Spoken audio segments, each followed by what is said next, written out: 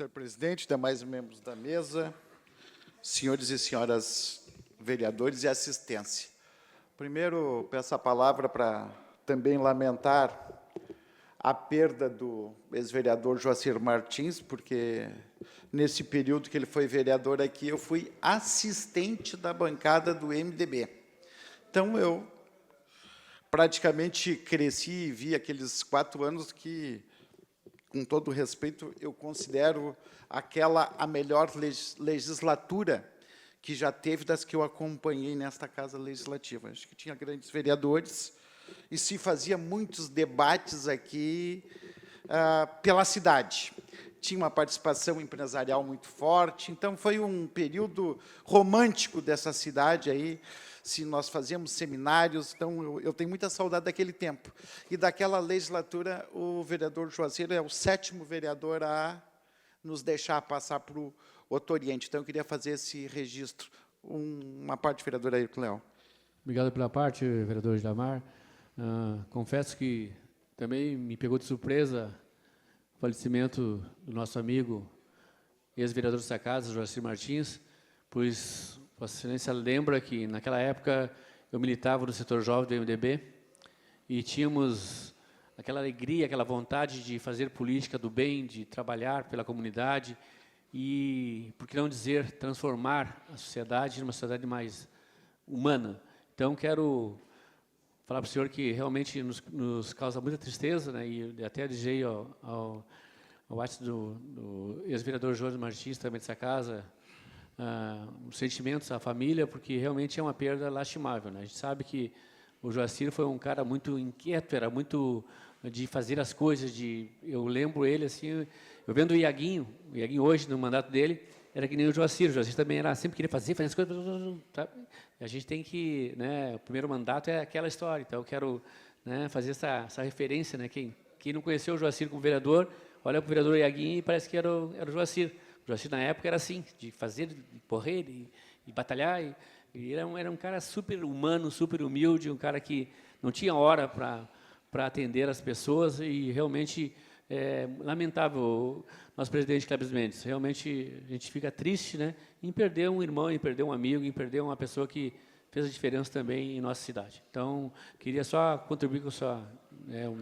não quis falar, porque eu estava até meio emocionado, mas hoje sinto-me forte em dizer que realmente foi uma grande perda para Gravataí, a perda do ex-vereador dessa casa, Joacir. A parte, vereador Dila. É uma parte, que eu não sei quem que pediu a parte. Eu. A parte, vereador. Obrigado pela parte, vereador Dilamar. Sem dúvida nenhuma, vereador. Um pesar muito grande, né? O Joacir, eu até comentava com o Jones, o irmão dele, que foi esse ano ainda, né? Um homem de meleiro, eu brincava, só Joacir, um homem de meleiro. Como brinco com o Jones, eles lá são lá da minha terra, Santa Catarina. E eu vi o Joacir esse ano ainda, no aniversário da filha do nosso querido Jones, a Helena, e a gente conversou bastante, o sorriso dele era exatamente como está nessa foto ali, que mostra, né, que faz o pesar, o luto, né, pelo falecimento dele, aquele sorriso largo, aquele sorriso verdadeiro, né? Então, eu não convivi com ele, por óbvio, mas a gente sente, vereador Tio Ayrton, porque é uma idade de 65 anos e uma perda, né, por uma infecção respiratória, uma pneumonia, para ver como a gente é fragilizado. A saúde da gente ela é muito frágil, né? De uma hora tu está bem, aqui a gente está conversando, daqui a um pouco tu ouve uma notícia que um amigo, um ente querido, né, uma pessoa próxima, né, que tu teve convívio, ela vai para um outro plano. Então, o que a gente tem que fazer é só, né, curtir esses bons momentos e lamentar, né, lamentar a morte dele, o falecimento dele. O Jones é um querido amigo, um parceiro da gente. Então, transmitir para ele essas condolências e já fiz uma moção de pesar aqui também nessa casa, deve entrar na semana que vem. Mas fica aí o meu registro. Obrigado, vereador. Uma parte, vereador. Eu a parte, vereador Guarda Moisés. Obrigado, vereador Dila. Eu também conheci o vereador Joacir, no tempo que ele era vereador e era comerciante também na farmácia. E talvez pouca gente lembre aqui, ele foi um dos precursores do desenvolvimento naquela região onde hoje se encontra a prefeitura, no bairro que a gente chama de São Vicente, mas na verdade é Parque Residencial São Vicente, que é uma área que era da Mitra Arquidiocese de Porto Alegre, que a Mitra loteou na década de 50, começou a vender para os fiéis de Porto Alegre, então o desenvolvimento dela demorou um pouco. E, na época que o Joacir era vereador, ele foi um dos responsáveis pela mobilização da comunidade, fazendo com que a comunidade se mobilizasse, fosse até a prefeitura e pedisse o que, naquela época, era o alargamento das ruas, porque muitas delas, ali como a rua Cristóvão Colombo, a Frei Henrique de Coimbra, elas não existiam como rua, elas eram só trilhos. Então, o Joacir foi um cara que foi um grande responsável pelo desenvolvimento daquela região. Muito obrigado e meus pêsames aos familiares. Obrigado pelos apartes. Em segundo lugar, quero aqui reconhecer a iniciativa do Congresso Nacional, do Congresso da Câmara dos Deputados, mais precisamente, em criar uma comissão, e dentre essas comissões estão 6 deputadas gaúchas de diferentes matizes ideológicas, que elas vão se debruçar para tentar entender esses casos de feminicídio no Rio Grande do Sul, uma situação que nós nunca antes na história vivemos, é o tal do crime silencioso.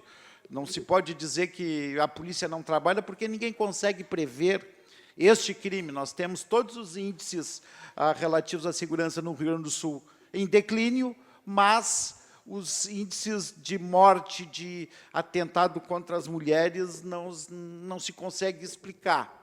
Então, eu acho que tem que se fazer até um estudo sociológico sobre isso, e vai demorar um tempo, né, para a gente conseguir entender. Em parte, a gente consegue entender quando uma ministra de Estado vai até o Senado Federal, na casa do grande Rui Barbosa, e aí nós vemos o senador, o Senado Federal é a Câmara Alta do Estado brasileiro, é lá onde estão aqueles mais experientes, que geralmente são ex-governadores, que passaram por tantos cargos políticos e vão estar lá. E a gente vê uma cena de desrespeito contra uma mulher. Tu pode discordar das ideias da Marina Silva, e até as deve, né, porque ninguém é igual, e a gente vê os representantes da Câmara Alta ter aquele tipo de comportamento, a ponto de um senador dizer que não respeita a ministra de Estado. É a mesma coisa que um agente público vier aqui nesta casa e algum vereador desrespeitar e ofender. Isso, com a história que a Marina possui no seu ambientalismo, não é eu, um reles vereador de uma cidade do estado do Rio Grande do Sul, que vou conseguir enumerar as qualidades e o que ela representa para boa parte da sociedade, concordando ou não discordando dela. Então, a parte, vereadora Vitalina. Vereador Dilamar, só queria saudá-lo por esse registro, é importante para nós, mulheres e mulheres na política, que nós tenhamos esses debates, essas provocações e reflexões dentro dos espaços de poder, porque, para nós, mulheres, é muito difícil ocupar os espaços de poder, e a gente percebe aí nos resultados, né, os espaços, aquilo que a política traz, mas também, e isso é em todos os partidos, não é para um partido, nesse é mais fácil ou não, é em todos os partidos a dificuldade, e também para que a mulher possa depois ocupar esses espaços. Porque o machismo, como ele é estrutural, cultural, e ele precisa ser combatido, e ele culmina com os feminicídios, mas nós temos vários passos antes. E a violência política de gênero, no exercício cotidiano da política, é muito difícil. Então, eu queria saudá-lo por esse registro e todo nosso apoio aí à Marina Silva e às Marinas que são cotidianamente agredidas, porque a agressão não é só não é apenas ou não é um soco, é um pontapé, a agressão verbal, a interrupção sem licença, enfim, discordar de ideias é da democracia, é legítimo. Agredir e desrespeitar não é. Obrigado pelo aparte, vereador. Talvez essas atitudes de quem nos representa, e num mundo hoje extremamente midiático, nós comecemos a entender o porquê desse processo de feminicídio cada vez mais alto. Assim como elogiei aqui a Câmara Alta, o Senado Federal, que era para ser dos virtuosos da nação, né?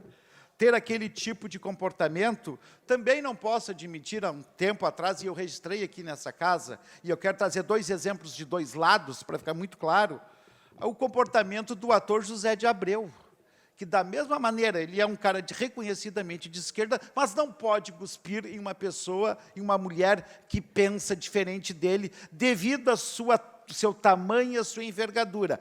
E vai acabar favorecendo ou influenciando aquele que vai lá e agride uma mulher. Eu acho, vereadores e vereadoras, muito disso que a gente pode começar a notar tem desses últimos tempos, devido a esse embate ideológico que tem no país, que eu acho que isso ultrapassou os limites da razão de ambos os lados. Eu venho batendo nisso há muito tempo. É possível divergir tranquilamente. Agora, quando a gente olha a degladiação que tem no Congresso Nacional, numa reunião de comissão, ou então nas redes sociais, é óbvio que só pode resultar naquilo que está acontecendo hoje no nosso Estado, infelizmente. Que é uma parte, vereador, por hoje. Não, rapidamente, vereador Dila, com relação ao feminicídio, né, principalmente, o que me incomoda, né, e eu acho que é o que falta nesse país? Falta de punibilidade. Nós temos um sistema penal totalmente arcaico, da década de 30, se não me engano, ou 40, da época de Getúlio Vargas ainda, ao qual nós temos penas ridículas e temos um sistema penal com uma série de brechas que faz com que muitos, e aí são todas as áreas, muitos criminosos sejam postos em liberdade de uma forma muito rápida. Você pega aí casos clássicos de assassinatos, de assassinos, de monstros sociais, que, pouco tempo depois, estão livres aí na sociedade. Nós temos casos de diversos abusadores, estupradores, assassinos, ladrões, que são postos em liberdade e são reincidentes reiteradamente. Então, enquanto nós não discutirmos de forma séria, honesta, essa questão, doa quem doer, tirando a visão que o bandido é um coitadinho da sociedade, que, aliás, é uma visão marxista, que o bandido é aquele que tem que ser ressocializado. Isso não deu certo, nunca vai dar certo. Bandido é para ficar preso e cumprir a pena. Só não sou a favor da pena de morte, primeiro, porque a pena de morte ela não é constitucional, exceto em caso de guerra, e segundo, porque poderíamos sim, num país tão injusto quanto o Brasil, nós cometermos uma injustiça de acabarmos o Estado estar executando uma pessoa que poderia sim ser um inocente. Agora, eu sou totalmente favorável a uma pena que tomou 30 anos, 40 anos, 50 anos, 100 anos, vai ficar lá, meu filho, fica lá e, ó, tchau para ti, sociedade se livra, fica lá, sociedade paga os impostos para que uma pessoa como essa não reincida. Então, nós temos diversos exemplos disso, e eu acho que nós devemos, sim, cada vez mais, fazer esse debate, porque não é possível que a punibilidade seja exercida nesse país dessa forma. Aí vemos isso, feminicídio, o cara que mata uma mulher, daqui a pouco mata outra, enfim, uma série de coisas. Era isso, muito obrigado. Obrigado pelos apartes e encerro, presidente.